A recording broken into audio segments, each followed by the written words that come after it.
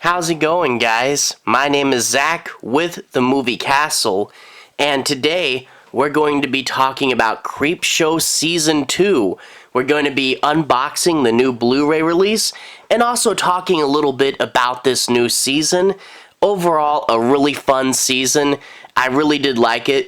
A lot of the episodes stayed on par with the first season, but there were definitely a few standouts, like the episode where they go into Horror Express, or of course, the biggest episode of the season, the Evil Dead crossover episode, which was amazing, and you can actually see the Necronomicon right here on the cover. Let me zoom you in there. Yeah, there's the Necronomicon. Now, I do actually have off to the side here the Season 1 release of Creepshow. I was really glad to pick this up, and I was waiting for Season 2 to come out, but Season 2, for whatever reason, the Blu Ray was actually kind of hard to find. The DVD was everywhere, but I really wanted my, Creepshow Season 2 Blu Ray to match my Season 1 one, so I actually had to get this from online, which I don't do too often. I try to, if I can, find it in a brick-and-mortar store, but every brick-and-mortar store only had the DVD, so the Blu-ray, a little harder to track down this time around. But let's take a look at the two of them, because I do actually like this continuity. We have above the logo each time from Greg Nicotero, executive producer of The Walking Dead. It's a little bigger on Season 2's release, but Creepshow Season 1, Creepshow Season 2 kept the same logo, the same positioning. We're actually a little scuffed. They added in some grime-looking marks and texture this time around. That's pretty interesting. And flip it to the side, and the sides stay in place. Now, sadly, I couldn't find a slipcase. You have to order it. You never know really what they're going to send you. I don't know if there's a slipcase version of Season 2, or if they're all non-slips. I don't know. But if we take the slip off, you can see that they really do line up pretty well. And we noticed one thing this time around. 3-disc set versus 2-disc set. So there's one less disc, but they can probably fit it all on there. Now, Season 1 had quite a lot going for it as far as the Blu-ray. A reversible cover art, as you can see here, but also this booklet. This was a really nice booklet. It was an episode guide. It was really cool. So I'm hoping that we get all that stuff this time around. I'm hoping we get a reversible cover. It's actually kind of weird. The Season 2A cover really does work a lot better with the B cover from Season 1. So I'm wondering if we get a reverse cover that matches the A cover for Season 1 a little better. I'm curious about that, and I'm curious if we'll get a booklet. So without further ado, let's get the plastic off this thing, and I think, best results, you go for the corner right off the bat. There we go. And get that off. Yeah, I've opened up so many Blu-rays, think that I'd found a easier way. Oh, I ripped my Shudder sticker. Oh well. That was on the plastic. I wouldn't have been able to keep it anyway. Alright, we have the plastic off. There we go. So let's open it up and see what's inside. Alright, we do have a booklet, and we do have reversible cover art. So, that's my cat. Let's take these out. And you can see the 2 discs. They appear to be the same except for the disc number there. And so let's take a look at the A cover. A cover on the front. Nice watercolor-esque. We get to see some of the monsters. And there's the back. Now let's swap it out for the B cover really quick and see what the B cover looks like. Oh, hey. Kind of like what I thought. The B cover this time around matches the A cover for the other one a lot better. Alright, almost in place. There we go. Yeah. Oh, wait, it's a little off. Okay. So yeah, a pretty much much more regular Creepshow with the Creepshow ghoul reading the comic. It really does go with this one better, where he's watching the TV, now he's reading the comic. And oh, I almost forgot to mention one thing I really like with this. Includes the Creepshow animated and holiday special. During 2020, they couldn't, shoot everything because of the pandemic.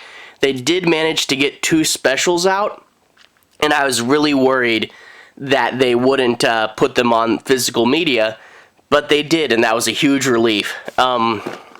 Let's see. We also have the papers on the inside. This is the Try Shudder paper.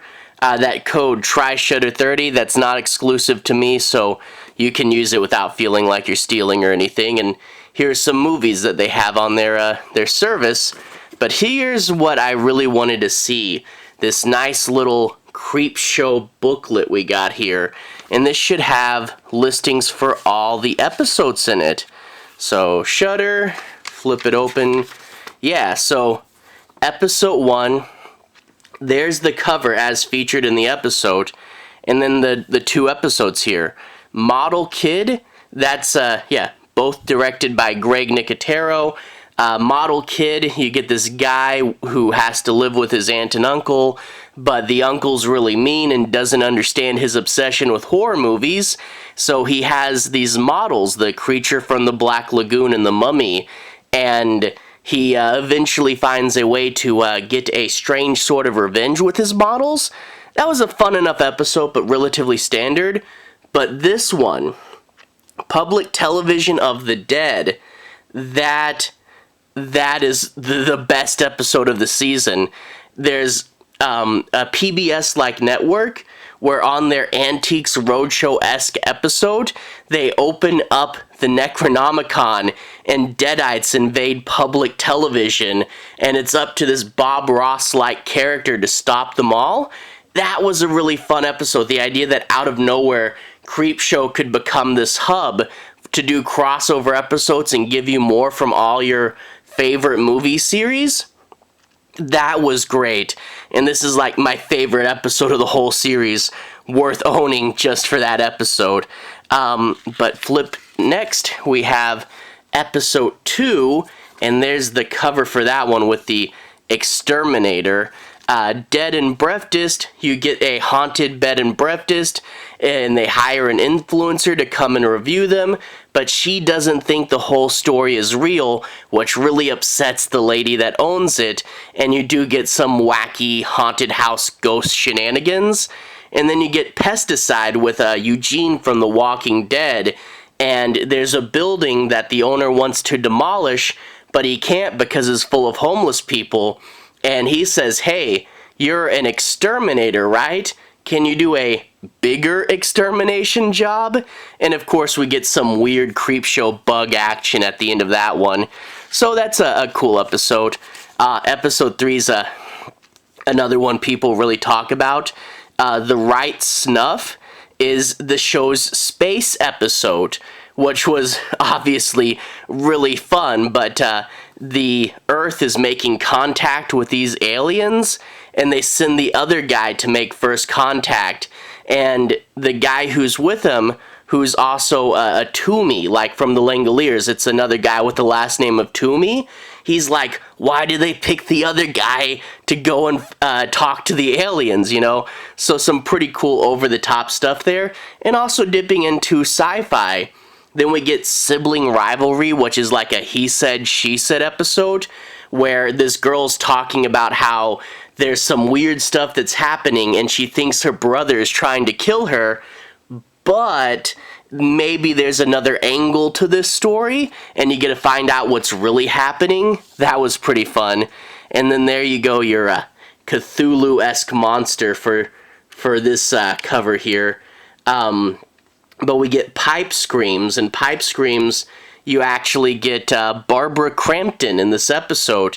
She plays an evil apartment owner, and she hires a guy to fix the pipes, but there's a monster living in the pipes. So a good, fun, Three Stooges-esque comedy episode with a plumber literally fighting a clog. And then Within the Walls of Madness, kind of a little tribute to John Carpenter's Apocalypse trilogy. But you get this guy who's locked up in a prison. A lawyer wants to hear his story, and he talks about how he was at an Antarctic research base when they uncovered something truly mind-blowing. And of course, we do get a little into Lovecraft territory as told by the cover there. So that one was really fun. And then we get into episode 5, and this is the first regular season episode to be all one story. And you get this guy who builds a machine to send him into Horror Express, and he has his wife who thinks he's obsessing over it, but secretly he's in love with the lady from Horror Express, and this is his only chance to really meet her, even if it is, of course, completely fictional. But yeah, actually going in and editing in Justin Long into Horror Express came out really fun. You get a whole lot of Horror Express there, and there's the monster there. But yeah, that was the finale to the regular season. But before season 2 came out, we had the specials.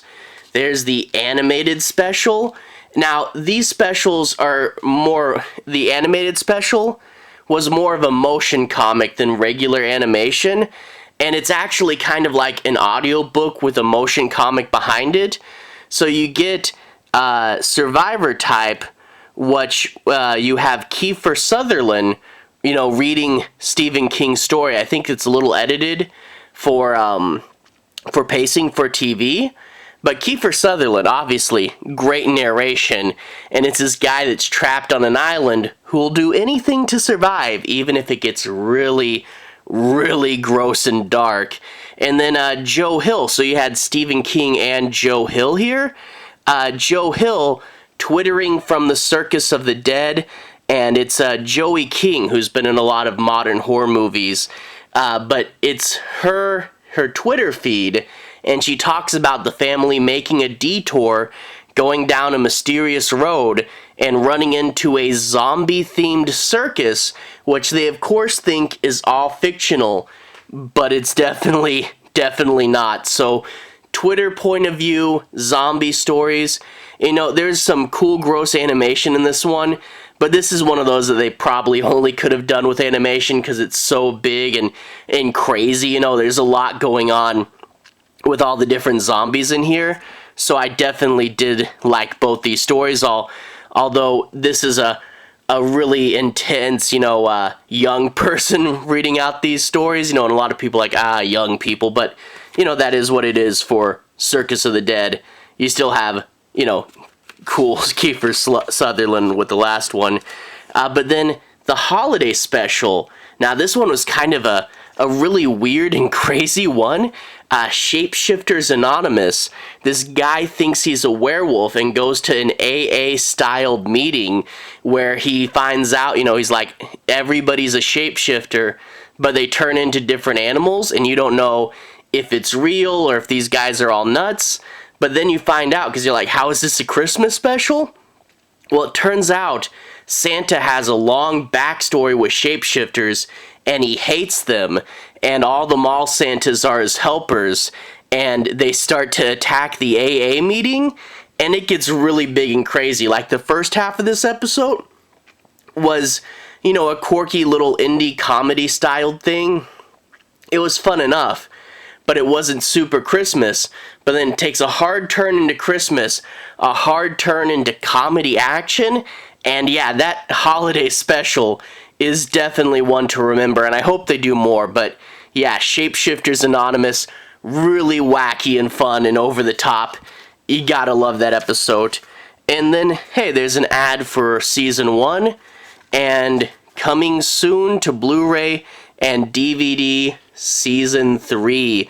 Look at that. So, look, I do like Season 3 confirmed to come to physical media with a really great picture. Look at the Creepshow ghoul there holding up the film reel.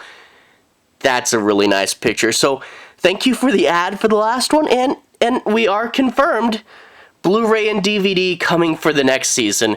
I really want to thank Shudder and AMC. I'm a big physical media nut, and I I really like to actually own the shows that I like, make sure I can always watch them, whenever I want and not have to worry about how things on the internet can disappear, or if I have connection, I can have the show there for forever. And I really do like, not every streaming service does this, but thank you to AMC Plus and Shudder for actually putting out your stuff onto physical media. I really do appreciate it, and I love this release, and I love that you included the specials, because I was a little worried that you guys wouldn't, but you did. Overall, this season was pretty fun, stays on par with Season 1, but with some true standout episodes, like the Evil Dead crossover and the Horror Express, and also the holiday special is a weird, crazy, wacky classic that I definitely am glad that I own. I'll put a relevant playlist on the bottom for you guys if you want to see more. I've reviewed a lot of the Creepshow episodes individually, and I'll definitely be working on getting all of them up. But anyway, to everyone who's watched so far, thank you for watching. To everyone who's liked and subscribed, thank you. You really are helping the channel out. I'll put my Creepshow playlist on the bottom if you want to see individual reviews for these episodes. You can probably find them there. Anyway, have a good day. I'll see you guys again very, very soon. Relevant playlist on the bottom. Have a good day now.